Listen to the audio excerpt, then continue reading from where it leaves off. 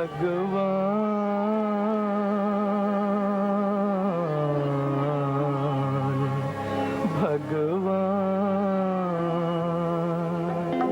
ओ दुनिया के रखवाले, सुन दर्द भरे मेरे नाले, सुन दर्द भरे मेरे नाले। आपदाओं के बारे में सुना था, आपदाएं देखी भी थी, लेकिन ऐसी तबाही की तो कभी किसी ने कल्पना भी नहीं की थी। जहां मरीज लाचार हैं, मरीज के घर वाले लाचार हैं, डॉक्टर लाचार हैं, पूरा का पूरा सिस्टम लाचार है। हमारा पेशेंट होम क्वारंटाइन है, उसके लिए मैं सिलेंडर का अरेंजमेंट देख रहा हूँ घर के लिए। सिलेंडर अवेलेबल कहीं नहीं है। 3 दिन से आ रहा हूँ, आज 3rd डे है। ऑक्सीजन नहीं मिल रही। कल भी आया था, 4 घंटे और ऑक्सीजन खत्म हो गई। 5 बजे से दौड़ रहे हैं, यहाँ से लाठी लेके चार्ज कर रहे हैं। लाइन लगे, नंबर आया तो भगा दिया। ओ लुट गई मेरे प्यार की नगरी। ऐसी मारामारी तो कहीं किसी ने कभी नहीं देखी। एक एक सांस के लिए संघर्ष, जिंदगी के एक एक पल के लिए संघर्ष, कहीं दवाओं के लिए संघर्ष, कहीं टेस्ट के लिए संघर्ष, कहीं ऑक्सीजन के लिए संघर्ष, कहीं अस्पताल में बेड के लिए संघर्ष। दरअसल कोरोना का संक्रमण सिर्फ इंसानों तक महदूद नहीं रहा है, लगता है पूरा का पूरा सिस्टम संक्रमित हो गया है। हुक्मरानों के खिलाफ आक्रोश उमड़ रहा है। पहली बात तो ये कि बीमारों के लिए अस्पताल में जगह मिलना मुश्किल है। जिन्हें अस्पताल में जगह मिल गई है, उनके भी बचने की कोई गारंटी नहीं, क्योंकि अस्पतालों के भीतर हो क्या रहा है, सही इलाज हो भी रहा है या नहीं हो रहा है, किसी को पता नहीं। अस्पताल में भर्ती लोगों की जिंदगी दांव पर लगी हुई है। मरीजों के घर वालों को पता ही नहीं चल रहा है कि अस्पताल के भीतर क्या चल रहा है, कैसा इलाज चल रहा है। मरीज से मिलना मुमकिन नहीं और डॉक्टर कुछ सुनने को तैयार नहीं। सिस्टम पस्त है, अस्पताल भगवान भरोसे है। ऐसे में अपनों की जिंदगी की सलामती की दुआएं मांगने वालों का धीरज जवाब दे दे तो हैरानी कैसी। सर मैं कल भी पूरा यहाँ बैठी रही, इन्होंने कहा ठीक है बात करवाएंगे हम। मैं इसी बेस पे घर गई। रात को वो एक मैडम का नंबर मिला, कोई भी उस नंबर से इन्होंने बात नहीं कराई, कोई भी बात नहीं कराई। सर मुझे डिस्चार्ज करा दीजिए मेरे हस्बैंड का, ऐसा ना हो कुछ ही अंदर गलत कर दे मेरे हस्बैंड के साथ। कोरोना के नए मामले 4 लाख रोजाना के करीब हैं, तो मरने वालों का आंकड़ा भी बढ़ रहा है। शमशान में चिताओं के लिए जगह कम पड़ रही है। अंतिम संस्कार के लिए लाशों की कतार है। एक तरफ कतार में चिताएं जल रही है, तो दूसरी तरफ लोगों के दिलों में सिस्टम के खिलाफ आग भड़क रही है। मेरा नाम सुनील बैरेला, ठीक है। मेरी मदर खत्म हो चुकी हैं, फादर मेरे समझ लीजिए 74 से भी नीचे हैं, ठीक है। हम लेके भाग रहे हैं, बताइए कहाँ चले जाएंगे। सीएम साहब सुन रहे हैं तो सुनिए मेरी बात, जान दे दें, बताइए क्या आप नहीं बताइए। मैं अपना हमको दिखा रहा हूँ। फादर को मैं कहीं से भर्ती कराइए सर। सर मैं परेशान हो चुका, सुबह दौड़ा, बताइए मैं कहाँ तक मरूँ, बताइए जाकर के। अस्पताल में सारा कहीं कुछ है नहीं सर, सर जब हर जगह मना कर रहे हैं। कम से कम बेड तो दिए मेरे फादर को, कम से कम 7 एक्सपीरियंस तो मिले पॉजिटिव सर। कुछ नहीं सर, 74 से नीचे है, बताइए घर पे में ट्रीटमेंट कर रहे हैं, कहाँ तक करेंगे। कहाँ देखिए सर, मैं हर जगह दौड़, मैं खड़ा हूँ सामने ना, बताएं कौन बता रहा है। मैं बलरामपुर दौड़ चुका हूँ, ठीक है।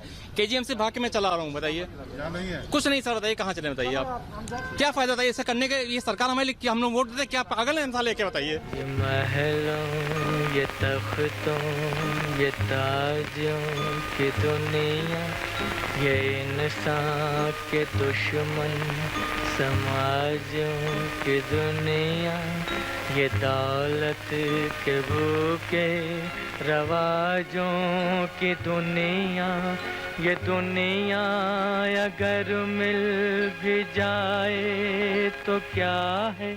इंसान महावायरस के मकड़जाल में फंसा है और कोरोना जिंदगी से जोंक बनकर चिपक गया है। तो क्या हुक्मरानों के दावे आसमानी हैं, लेकिन जमीनी हकीकत यह है कि तैयारियों के शून्य और मरती संवेदनाओं से पूरा सिस्टम बजबजा रहा है। भारत सरकार पैसा नहीं दे रही, कोई बात नहीं, हम अपने राज्य के संसाधन से जुटाएंगे, लेकिन वैक्सीन मिले तो। और जब वैक्सीन है ही नहीं तो फिर 1 तारीख को घोषणा करने का औचित्य क्या है। यदि 1 तारीख को टोकन के रूप में लगा भी दें तो फिर दूसरे दिनों का क्या होगा। और फिर आधा आबादी से ज्यादा लोगों को वैक्सीनेशन आपको करना है, तो ये तो बड़ा हास्यास्पद स्थिति बन गई है। नहीं, अभी वैक्सीन नहीं है। वैक्सीन के लिए हमने कंपनी से रिक्वेस्ट की है। अभी जैसी वैक्सीन आती है तो आपको बताएंगे। कई राज्य हैं जो 1 मई से शुरू नहीं कर रहे हैं, तो क्या दिल्ली भी उसमें है जो नहीं कर सकता? अभी आपको 1-2 दिन में बताते हैं, क्योंकि वैक्सीन तो सबसे इम्पोर्टेंट है ना। तैयारियां सारी हैं पर वैक्सीन होना जरूरी है। 1 दिन का ही समय बचाएंगे ज़्यादा। वैक्सीन के बिना तो कैसे बता सकेंगे। मुझे लगता है कि भी शायद वो हम उस टाइम पे स्टार्ट ना कर पाए, अगर आज तक अभी तक कल हमारे पास 2 लाख आई थी, उससे पहले 1.5 लाख आई थी, लेकिन अभी तक हमारे पास कोई इंटीमेशन नहीं है कि आज हमको कितनी मिली, कल कितनी मिल रही है। जेकर हमारे पास कम से कम भी 10 लाख वैक्सीन आएगी तब जाके हमारा ये काम स्टार्ट होगा। जाहिर है सरकार ने 18 से 45 साल तक के लोगों के वैक्सीनेशन करने का बयान तो ले लिया है, लेकिन इतना आसान नहीं है इसे पूरा करना, क्योंकि इतनी बड़ी आबादी के लिए 1 मई से कोवैक्सीन और कोविशील्ड की सप्लाई संभव ही नहीं है। आंकड़ों की माने तो जरूरत ज्यादा, वैक्सीन कम। सीरम इंस्टीट्यूट और भारत बायोटेक हर महीने 8 करोड़ से ज्यादा वैक्सीन नहीं बना सकती। सीरम इंस्टीट्यूट हर महीने कोविशील्ड की अधिकतम 6 से 7 करोड़ डोज तैयार कर सकती है। भारत बायोटेक की कोवैक्सीन बनाने की अधिकतम क्षमता 1 करोड़ डोज प्रति महीने ही है। 45 से ज्यादा की उम्र वालों को कोवैक्सीन के लिए कम से कम 13 करोड़ वैक्सीन चाहिए। मतलब ये कि 45 साल से ज्यादा उम्र वालों के लिए अभी हर महीने करीब 5 करोड़ वैक्सीन कम है। ऐसे में वैक्सीन उत्पादन बढ़ाने के लिए सरकार दोनों वैक्सीन निर्माताओं को एडवांस पेमेंट देने का फैसला कर रही है। इससे पहले केंद्र सरकार ने सुप्रीम कोर्ट को दिए हलफनामे में कहा था कि जुलाई तक कोवैक्सीन और कोविशील्ड के सिर्फ 16.5 करोड़ डोज ही उपलब्ध हो पाएंगे। अब तक सीरम इंस्टीट्यूट के राज्यों से 34 करोड़ और निजी अस्पतालों से 2 करोड़ डोज के ऑर्डर मिल चुके हैं। सूत्रों के मुताबिक सीरम इंस्टीट्यूट से 5 राज्यों को इसी हफ्ते वैक्सीन की सप्लाई शुरू की जाएगी। देश में 18 साल से ज्यादा के करीब 90 करोड़ लोग हैं, यानी इनके लिए 180 करोड़ डोज चाहिए। अभी तक 14 करोड़ से ज्यादा डोज दी जा चुकी है, यानी अभी 165 करोड़ डोज से ज्यादा की जरूरत बाकी है।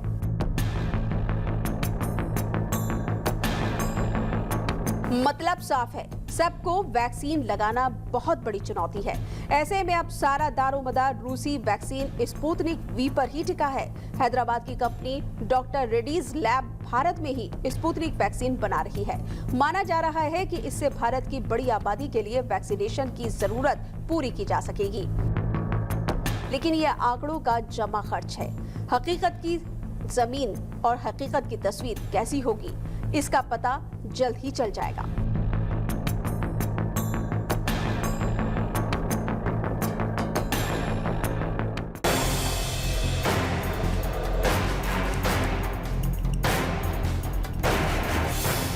कोरोना की दूसरी लहर के बाद वैक्सीनेशन को लेकर जागरूकता बढ़ी है, लेकिन असल सवाल यही है, क्या समय रहते 18 साल से ज्यादा उम्र के लोगों के लिए टीके का इंतजाम हो पाएगा, या फिर जनता को सियासी टिप्पणियों से ही काम चलाते रहना होगा?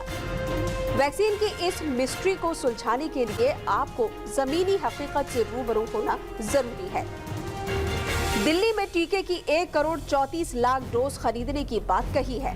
यूपी ने अब तक वैक्सीन के कुल 1 करोड़ डोज का ऑर्डर दिया है। हरियाणा ने टीके के लिए 66 लाख डोज ऑर्डर प्लेस किए हैं, जबकि छत्तीसगढ़ ने वैक्सीन के 50 लाख डोज का ऑर्डर दे दिया है।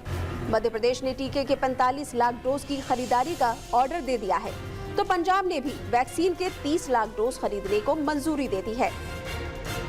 दिल्ली, महाराष्ट्र, राजस्थान जैसे राज्यों ने तो साफ कह दिया था कि वो 1 मई से वैक्सीनेशन का काम शुरू कर ही नहीं पाएंगे, क्योंकि उन्हें वैक्सीन नहीं मिली है। पंजाब, छत्तीसगढ़, राजस्थान और झारखंड के स्वास्थ्य मंत्रियों ने पिछले हफ्ते ही कहा था कि वैक्सीन बनाने वाली कंपनियां तय वक्त पर उनका ऑर्डर पूरा नहीं कर पाएंगी। वैसे टीकों की कमी की बात से इनकार करती रही केंद्र सरकार का भी कहना है कि 45 साल से ज्यादा उम्र वालों के वैक्सीनेशन के लिए राज्यों को 16 करोड़ डोज दिए जा चुके हैं। राज्यों के पास अभी 1 करोड़ डोज बाकी हैं, जिनमें से 57 लाख डोज इस महीने इस्तेमाल की जानी है। राज्य प्राथमिकता ग्रुप के लिए भेजी गई वैक्सीन 18 साल से ज्यादा वालों को नहीं लग सकते।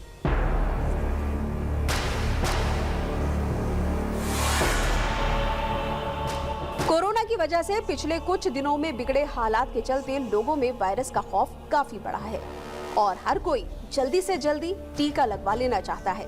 नतीजा ये है, वैक्सीनेशन सेंटर्स के बाहर लंबी लाइनें लगने लगी है और इस बात का डर सताने लगा है कि टीकाकरण अभियान कहीं कोरोना विस्फोट की वजह न बन जाए। इस सब के बीच टीके की कमी के चलते कई जगह वैक्सीन सेंटर्स को बंद करना पड़ा है।